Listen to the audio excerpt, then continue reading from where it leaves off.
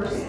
Yeah, so spring break, it looks like that's gonna get done. Yes. Because I know that that's probably one of the things that they asked me about for that. Ladies and gentlemen, I'm going to call this Greater Clark County School Board February 21st, 2023 School Board Trustees meeting to order. Mr. Markowski, if you please note that all board members are present. And you all please stand and say the pledge. I pledge allegiance to the flag of the United States of America and to the republic for which it stands, one nation, under God, indivisible, with liberty and justice for all.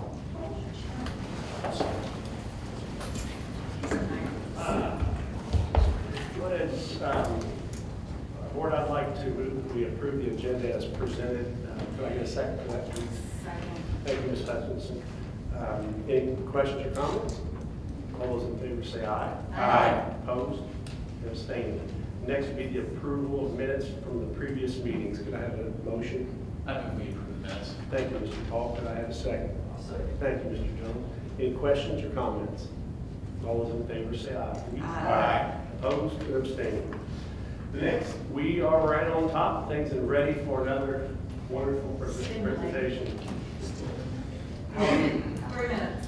Good evening, Mr. President, You take your time. respected members of the board. I hope everything is going well this evening. So we're going to do our financial update. I do have some additional information through this process, so it'll be quite interesting this time. So on your 5 major funds that the budget is always based on, one of the key things that I'm going to point out on this particular report is the ending cash balance, because that's one of your goals that you needed to get to. This will reflect past TAWs, so you no longer do TAWs. But if you look at the ending balance in the education fund, it's $7.9 million less than the year before you ended that. It ended in January with 4.8. So we are making the grounds that we need to make. 6.7 is the 10% threshold in that fund. So that's where we always have our benchmark. Even though your budget is more than that, we increase our appropriations to hold there for any expenses that we don't anticipate going to happen. Plus, I do budget and legislation happens through this time period, which we're very aware of the first release of things that are coming out, of what they're considering. So I have to be ready for that, read their minds, and so to speak, with that in mind.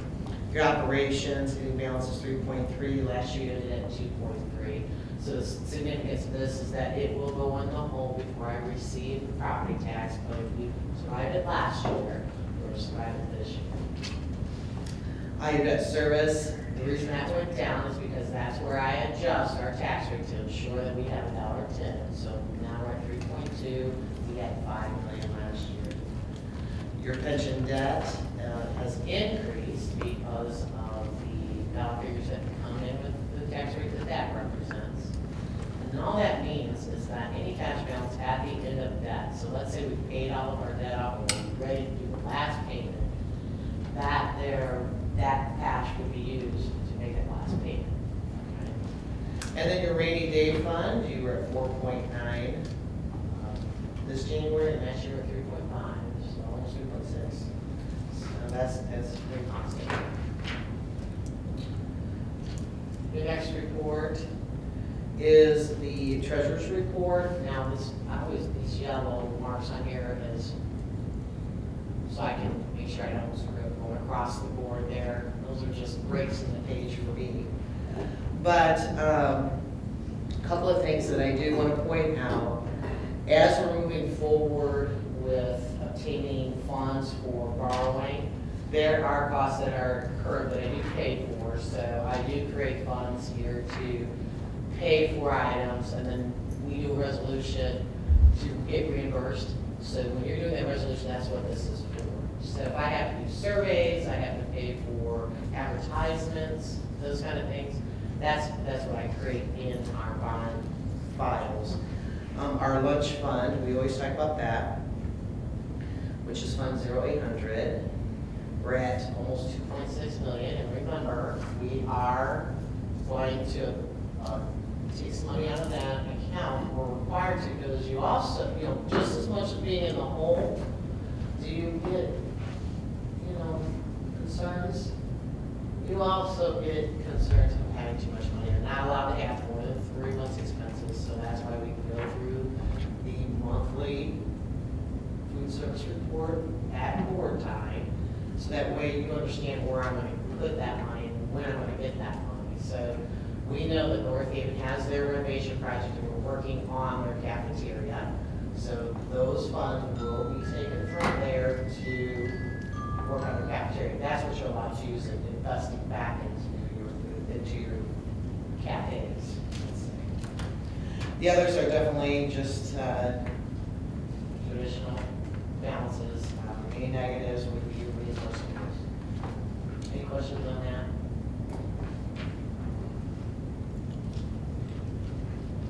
Our next is our bonds that we currently hold with Building Corporation. The 2017 series has a projected ending balance of nearly $160,000. Those funds will be reserved and used towards renovations of, you can see, for River Valley and Charlestown Middle.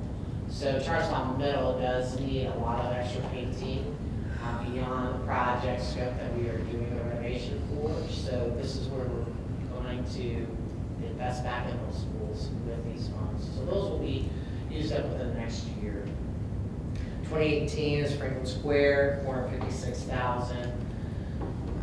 2019, we have about $7,900 left. At the end of January, we've spent some of that money in February, so we're going to be closing that out pretty quickly. And then in 2020 is the Utica money that you just went toward in the locker rooms. 21 is all of the renovations that you're seeing within North Haven, River Valley, Charlestown Middle, New Wash, Jeff High, and Charlestown High School, paving, HVAC. We accomplished a lot in that fund, a lot of work in our paving. This one is already finished. We're already on the schedule for the next bond for paving. Today we had a meeting with Faction, Jeremy, and Mark.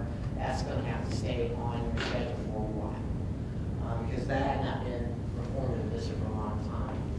The HVAC, we're catching up and we're getting to a good spot with that. So that may not have to be on there forever.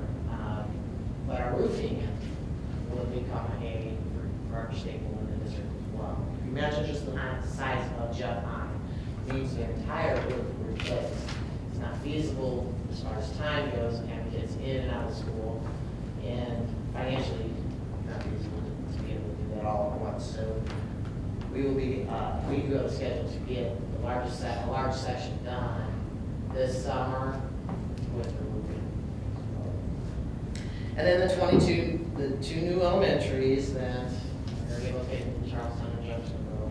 You see that we have a dollar figure there, and we know that we are going to be looking at with the new expenses that are coming in, increase in pricing. So we'll be working with Thomas Peterson and Steeple, making sure that we have all the funds we need to fund that project adequately. You got to think about when you plan such a project.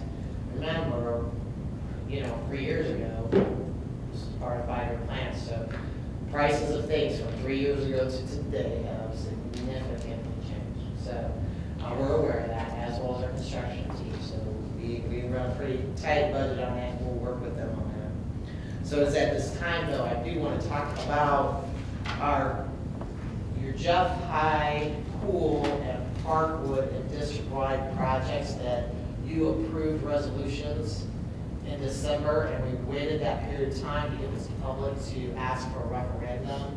That's not on here because we haven't attained the money, right? So your first step has already passed that time frame of the 30-day period to ask for that referendum. Now, we will have additional steps. Usually it's boom, one right after the other. We're not in an extreme hurry because we'll be awarding our CMC contract who helps us with that budgeting process before we run all the money. So that will be at the next meeting. So this is a really great time project. So, but in April, next board meeting, you will be approving the form of lease, which is how we borrow the money through the building corporation. In April, the building corporation will then say, okay, the board says they're going to approve this lease, so they will have their board meeting before yours and approve those leases.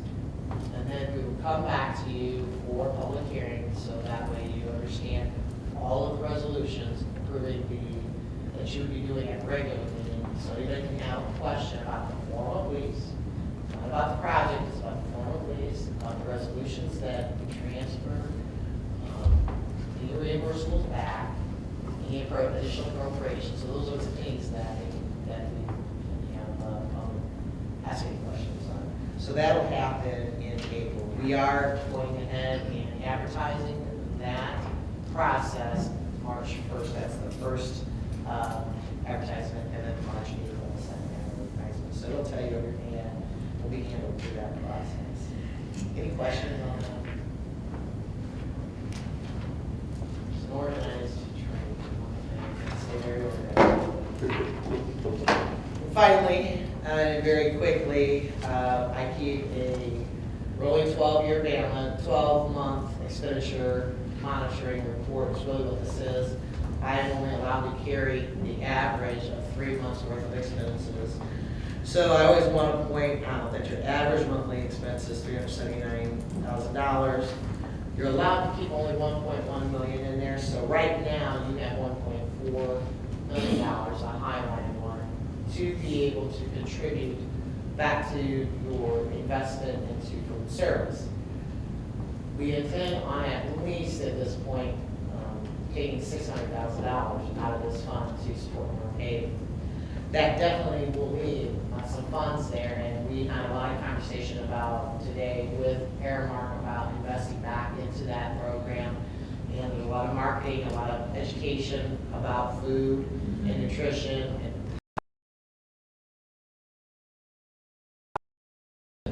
all of that marketing material out with the understanding that we are building new schools, so all of that will have to come into play. The high schools already have their marketing, so the middle schools are retired first. That by that time, then our elementary should be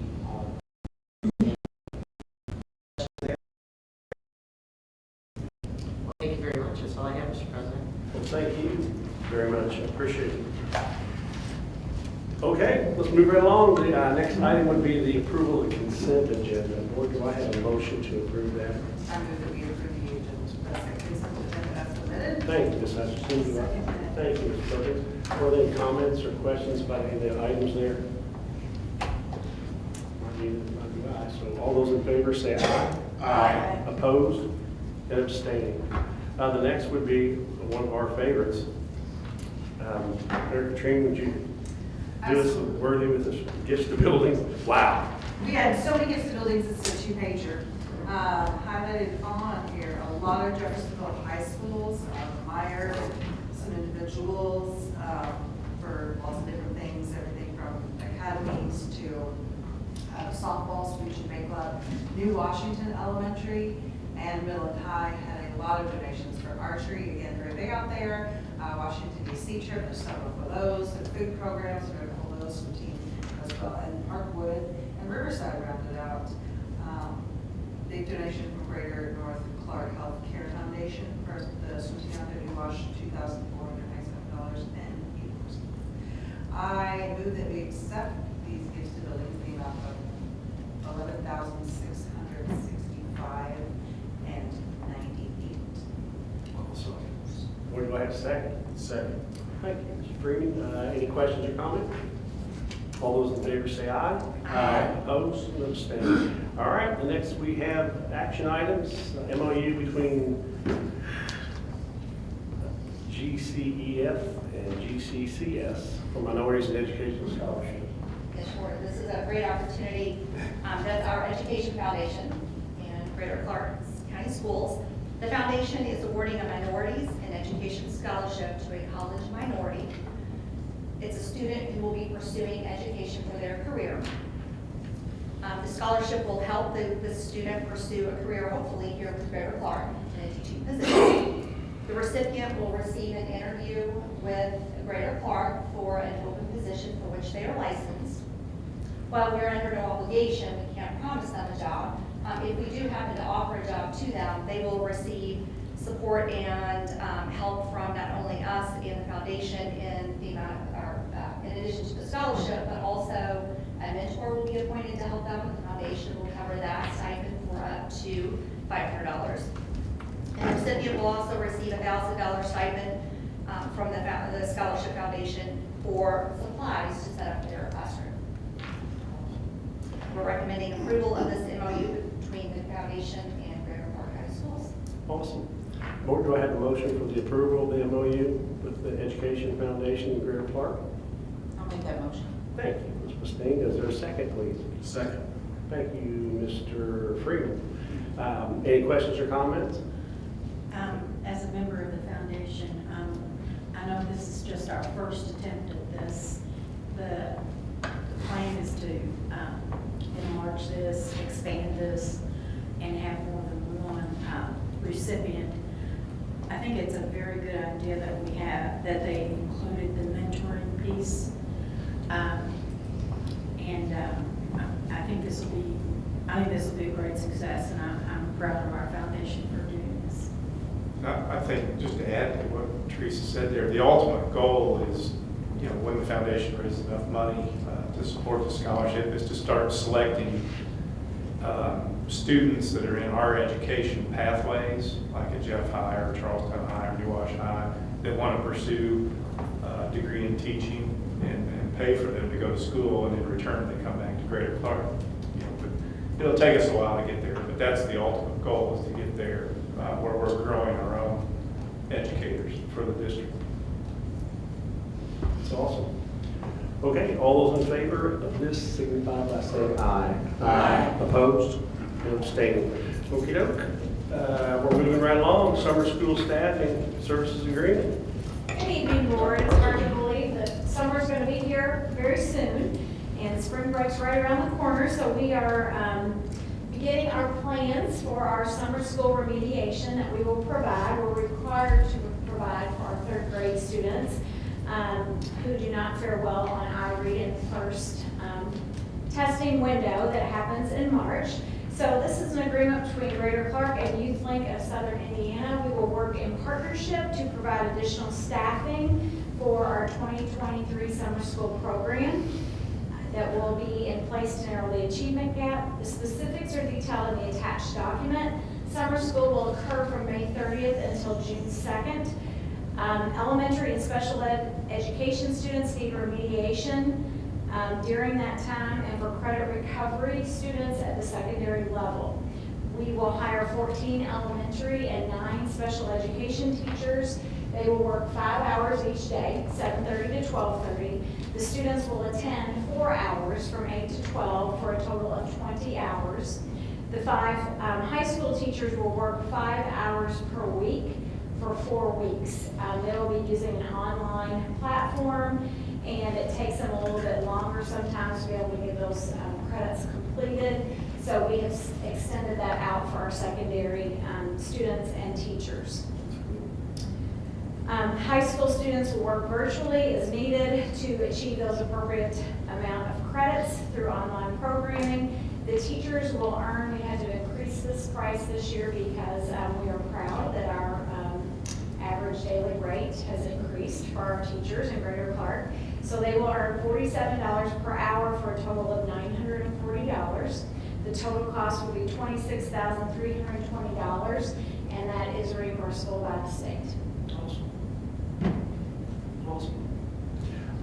Board, I move we approve the YouthLink Southern Indiana partnership to provide summer school staffing for 2023. Could I have a second? Second. Thank you, Mr. Paul. Any comments or questions? Okay, all those in favor say aye. Aye. Opposed? Abstaining.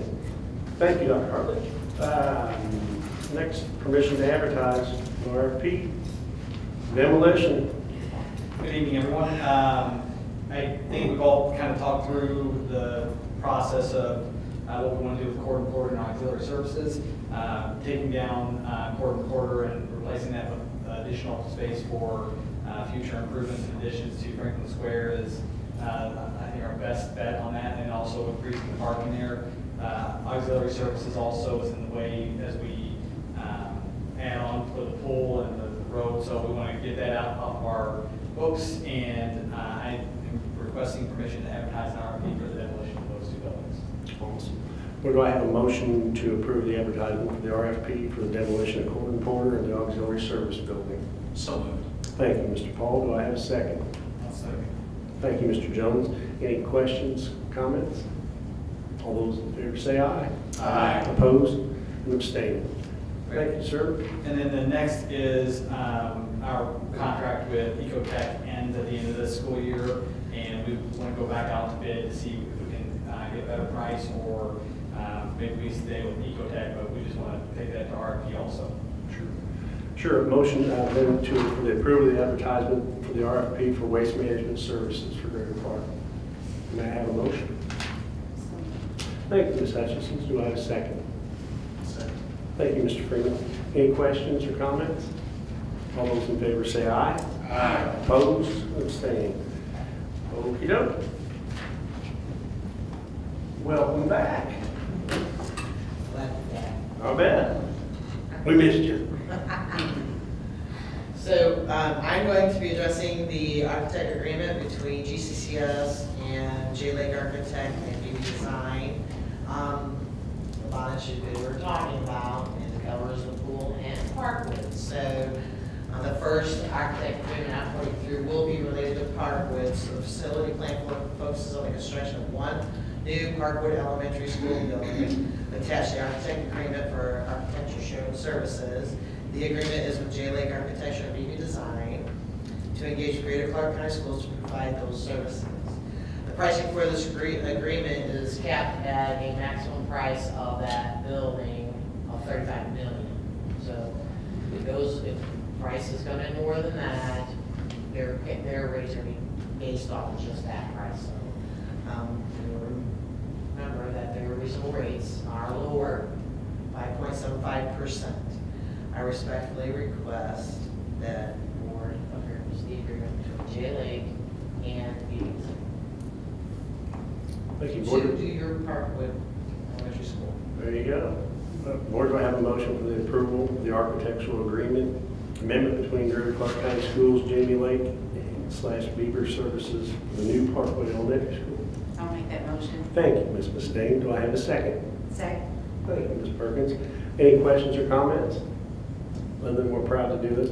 It was very heartfelt, and then we're going to talk about that. It was just one of the most moving board meetings I've been to for a while. Anyway, okay. Well, that being said, all those in favor say aye. Aye. Opposed and abstained. Thank you very much. Let's keep on moving here. We're heading around the corner. HVAC project for North Haven. Yes, sir. The first one, though, your pool architect agreement will be coming along shortly. So just so you know, we're going to keep moving on there. Your HVAC project in North Haven, which is part of the renovation plan, and you know that we have a CMC contract, architect contract, and a lot of those are roofing and HVAC. So all of the bids and pricing and all the design for the things that we're doing at North Haven, including the gym where it's being moved to. So this is a maximum price guarantee of $577,399 for the HVAC for all renovations over at North Haven. I recommend that the Board of Trustees approve the HVAC agreement for North Haven renovation project for the scope that is represented by the 2021 bonds. Where do I have a motion for that approval? Mr. President, I move that we approve the HVAC project at North Haven Elementary School with perfection. Thank you, Ms. Perkins. Do I have a second? I'll second. Thank you, Mr. Jones. Any questions or comments about that? All those in favor say aye. Aye. Opposed? Abstained. Thank you very much. We're going to move on down here. The next will be board comments. Mr. Jones? I have Ms. Hutchinson? I have none. Really? Mr. Paul? just to take an opportunity as a lesson from my daughter, who gave me a call just to express my gratitude for my fellow board members, our superintendent and cabinet, for all you do for our kids and community. Awesome, thank you. Thank you very much, Ms. Mustaine. All right, Mr. Freeman. Nothing tonight, except for if you're from, the South, I believe tonight is a special night, especially if you're from Louisiana. Oh, absolutely. I just suggest that everybody be careful, don't allow too much, and get home safe. That's all right, that's all right. Ms. Perkins? Yes, I'm delivering a message from the mayor of Jeffersonville. He asked that our elementary schools set up visitations with him, kind of a roundtable from all of our elementary schools, their leadership. And I had to explain to him that, yes, we have student councils mostly in our schools, but our leadership now is our academy, Ambassadors. Ambassadors, thank you, hard work. Our ambassadors, and he said they were delightful, and I'm not sure if he's met with all of them yet, but each school, and they're filling up the conference room, and they're giving him all kinds of ideas. So he appreciates it, and he would like to continue doing that. Thank you, Kim. Sounds good. That's awesome. Awesome. Nothing for me other than shout out to Janelle Fitzpatrick if you're watching. She is. Well, good luck to our sectional teams as they go into sectional here. And congratulations to some of our wrestlers and swimmers that did a great job at the semi-state state. I would just ask that everybody, in the room and also listening, continue to monitor some of the legislation that's going on up in Indianapolis. The House Republicans proposed a budget last Friday that on one hand was positive, that it increases funding for schools, but on the other hand, very negative, that a third of that new funding goes to vouchers, private schools. And so it's disappointing that a little over 90% of students in the state of Indiana go to public schools, yet they want to give a third of new funding to private schools. And, hopefully that will change as they go through the rest of the biennium budget, but we all need to continue to monitor that and voice our opinions on making sure public school districts are funded adequately the way they should be. And to add to that, you have to be careful because they will say they've increased. Historic. They have, it has a historic increase in K-12 funding. They failed to tell you that 30% of it will go to charter schools. So ask that question if you get a chance. But there's also some good thing, really positive news, I think, on behalf for parents is that it looks like they're proposing to eliminate textbook fees, which is great. Unfortunately for us, they're making that as part of the foundation grant, which it shouldn't be in the foundation grant. That should be a separate line item, and that's the games they play in terms of trying to make it look like we're getting all this extra money.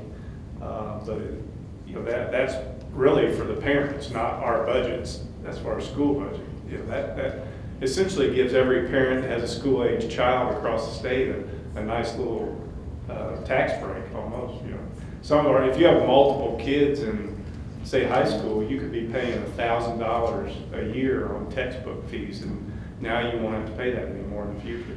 But in reality, Laura will tell you, and I'll tell you, what does it do for our budget? Not a whole lot. It does help parents, which I'm all for. Any other comments? I need a motion for adjournment. Thank you, Ms. Hutchinson. Do I have a second? You do. Thank you, Ms. Perkins. Any questions or comments? All those in favor? Say aye. Aye. We're done.